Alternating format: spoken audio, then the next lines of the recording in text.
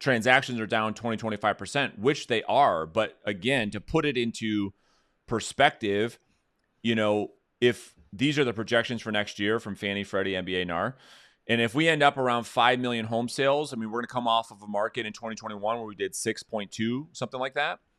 You think about two sides to a real estate transaction, you have like 10 million transactional opportunities, and so, and then giving that even more context in this is what's so crazy is somehow, some way, and I hear people say this and I just don't believe it, that if you look at the motivation of why people move, I don't believe that a couple wakes up and they decide to move or to not move based on what mortgage interest rates are.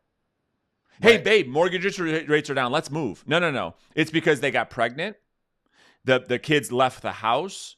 It's because they got married. It's because they got divorced. It's because they downsized. It's because they upsized. These are the reasons why people move regardless of the market. Don't believe me? I'll prove it. Let's go back to 2008, 2009, and the worst real estate market that world's ever seen. We still did 4.2, 4.3 million sales. Still 9 million commission checks were handed out in 2009 during the worst time, because people move regardless of the market is the point. Yeah, you agree with 100%. That? You're building a house right now. Yeah, because we got to know our neighbors too well during COVID. Yeah, exactly. Moving away from everybody. Yeah. So I guess the last thing is, there's some the pricing, home pricing, right? So this is a big thing. In certain markets, they're falling. In some markets, but overall, year over year, home prices are still up. They're up 10%. They're up 10% year over year. Go ahead. Yeah. So for this year, I think so. If you look at like CoreLogic figures which came out this week, so home prices are up this year 10.1%, but they're down. So the year over year number, right? So every time we get into this year over year business is just a funny thing, because it was we talk about it in another presentation we do about statistical anomalies, and you're comparing it. So it's down 11. The home price index is down 11.4% year over year. What that means is that home appreciation, or the home price index, was up 21.4% in November, or I think this report is this for October or November? It was October's report. So October of 2021, home prices were up 21.4%. And this year they're up 10.1%. So yeah, it's a massive decline in price growth. Yeah. It's not a massive decline in value that we're looking at here. This is price growth. Yeah. So if you guys look at the screen, if it was down 21%, that would mean your house stayed the same month over month. That's right.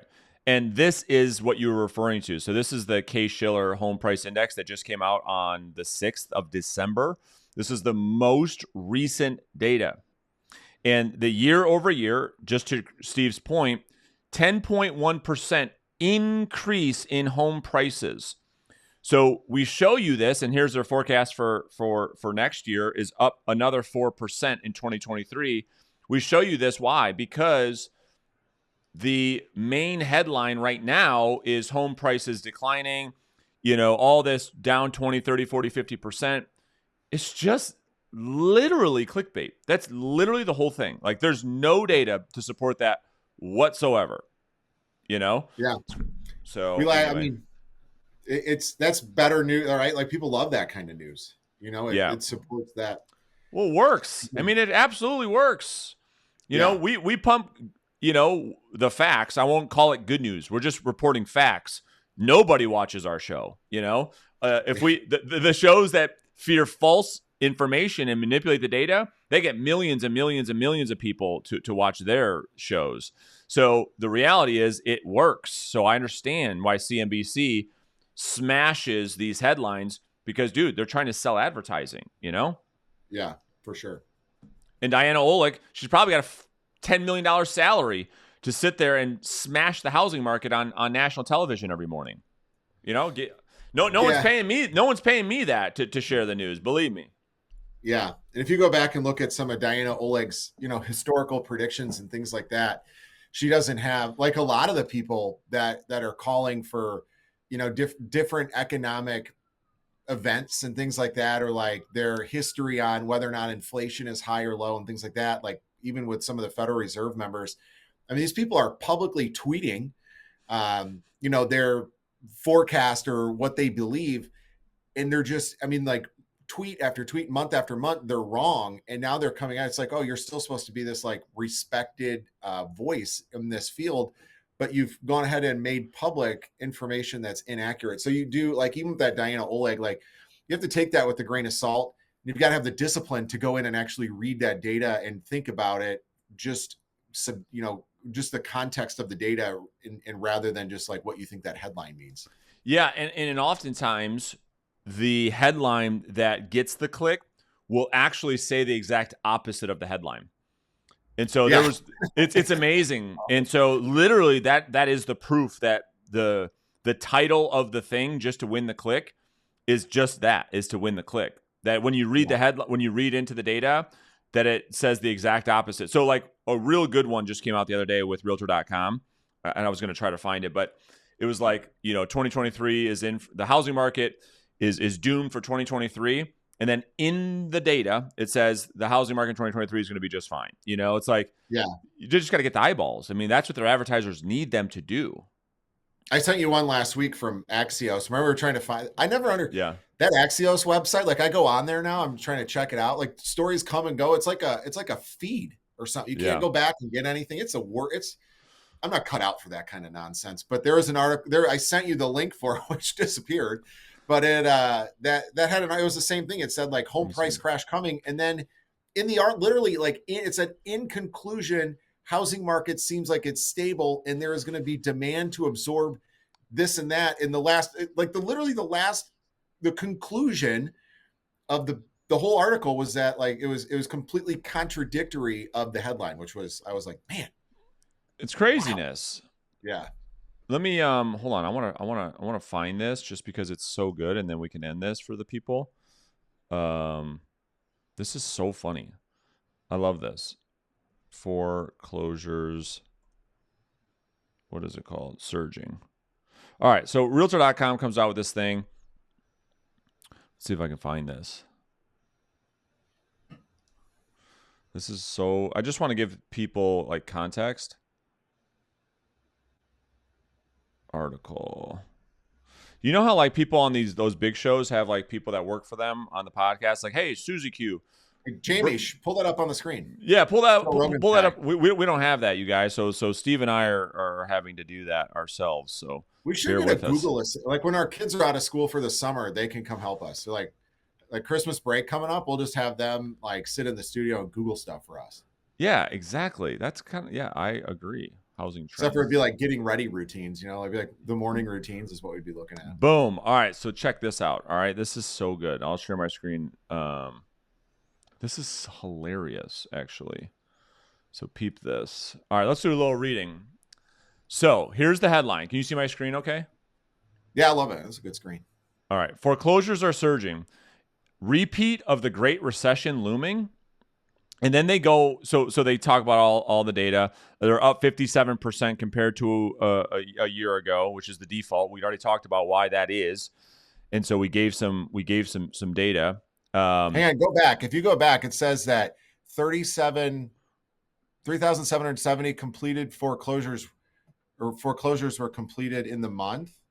Mm-hmm. So just for perspective, if they did that in every month of the year, that would be 45,000 foreclosures. Unbelievable, versus like a 2 million, right? And then they talk about the foreclosure moratorium that was in place last year, which is why this number was so high. But I mean, literally, dude, they get further into this. So like they talk about the Adam executive vice president who's doing the research, is that over let's see. So watch. It will take until the middle of 2023 for foreclosure activity to reach pre-pandemic levels. We haven't even reached that yet. Even then, it should represent a concern for the, I can't believe you're saying this. It should reach a concern, a big relief for anybody that's remembers a foreclosure crisis of a decade ago. I just want to see. It was so funny. I read this earlier in here. Was this a complete reversal from where things stood in 2008 when 30% of homeowners and virtually everybody in foreclosure were upside down on their loan? So again, that goes back to that trillions of dollars in equity. And it's hard to fathom because we're numb to what those numbers are. Like, do you know Yeah. how many 100,000s are in 10 trillion? Right. Anyway, it's just an example of like just winning eyeballs, and I don't know. It's amazing that people are still so damn concerned when there's a little movement, a little shift in the market, and everyone gets so emotional and they start quitting the business, and I'm like, man, I just, things are fine. There was a house that sold in my sub, dude, crazy. I mean, just crazy high price. We're all like, I can't believe it. You watch the news, you feel like it's Armageddon. Then you go into real life, like we're not talking about Avatar world, the real world, and it's like everyone's fine. Shopping lines are long. People are still buying $400 Jordans. The mall's smashed. Lines out everywhere. I don't know. I had some data on that. So this is getting off like the housing topic. So they were it was so like you go to the mall, right? And like I go and I still see people. I'm like, man, how does that kid, because I'm 40, so everybody that has like a nice head of hair is a kid to me, sorry. But I saw this, they're walking around. So did you know that, so luxury goods, right? So we're like Louis Vuitton, Hermes, like all those brands. Rolex. So Gen Z is responsible for 40% of the purchasing of luxury goods. And they say that Gen Z are people that were born between 1995 and 2015. So you're talking about people that are that young, it's 2005. I'm sorry, 1995 to 2015. So you're talking 17 to 27 years old is making up 40% of luxury goods purchases. How is that even crazy? Possible? It's crazy. Well, so it goes back to, again, part of the reason that inflation is high, right? So the reason inflation is high is because there's a ton of money out there to buy things, and there's not that many things to buy, right? Because that's one thing.